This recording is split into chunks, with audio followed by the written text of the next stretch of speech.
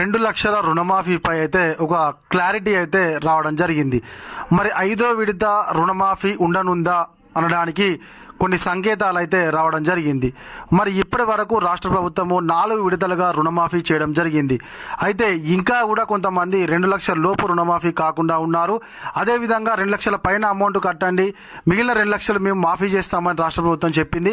కానీ 2 లక్షల పైన కట్టి ఎదురు చూస్తున్నటువంటి అన్నదాతలు చాలా మంది ఉన్నారు.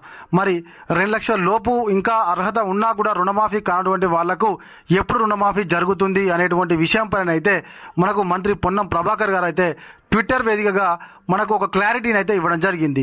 మరి దానికి సంబంధించినటువంటి పూర్తి సమాచారాన్ని ఈ వీడియోలో మీకు చెప్పేటువంటి ప్రయత్నం అయితే చేస్తాను. తప్పకుండా మీరైతే వీడియో చివరి వరకు చూడండి. ఇంకా ఎవరైనా మన ఛానల్ను కొత్తగా చూస్తున్నట్లయితే సబ్స్క్రైబ్ చేసుకోకపోతే వెంటనే సబ్స్క్రైబ్ చేసుకొని పక్కనటువంటి గంట సింబల్ అయితే నొక్కండి. ట్విట్టర్ వేదికగానైతే మనకు మంత్రి పొన్నం ప్రభాకర్ గారు అయితే 2 లక్షల రుణమాఫీ గురించి అయితే ఒక క్లారిటీ ఇవ్వడం జరిగింది. ఏమన్నారంటే, ఇంకా కూడా కొంతమందికి 2 లక్షల వరకు రుణమాఫీ కాలేదు.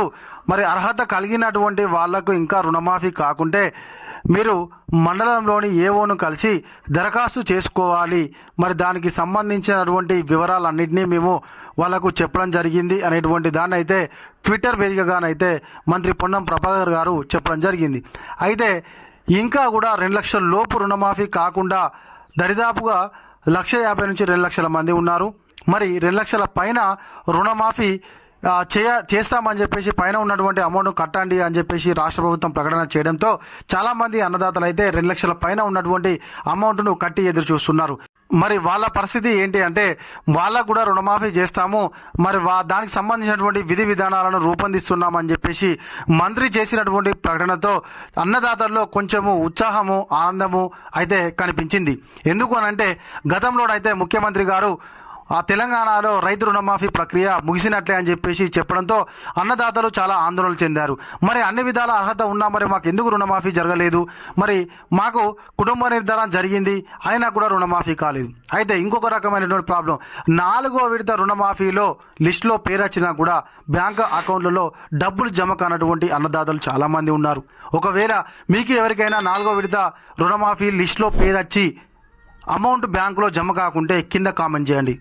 అదేవిధంగా ఇంకా 2 లక్షల లోపు ఎవరికైతే రుణమాఫీ కాకుండా ఉంటుందో వాళ్ళు కూడా తప్పకుండా కింద కామెంట్ చేయండి. మీ కామెంట్లను తీసుకొని నేను ఒక వీడియో చేస్తాను. తప్పకుండా ఎంతమందికి ఇంకా రుణమాఫీ కాకుండా ఉన్నారు అనేటువంటి విషయము రాష్ట్ర ప్రభుత్వానికి అర్థం కావాలంటే ఖచ్చితంగా ప్రతి ఒక్క అన్నదాత చూస్తున్నటువంటి వాళ్ళైతే కింద కామెంట్ చేయండి. ఇంకా ఇంతమందికి రుణమాఫీ జరగలేదా అని చెప్పేసి రాష్ట్ర ప్రభుత్వానికి కూడా అర్థమవుతుంది. కాబట్టి మంత్రి పొన్నం ప్రభాకర్ గారు చేసినటువంటి ప్రకటనతోనైతే కొంత అన్నదాతల్లో ఆనందం అయితే వ్యక్తమవుతుంది.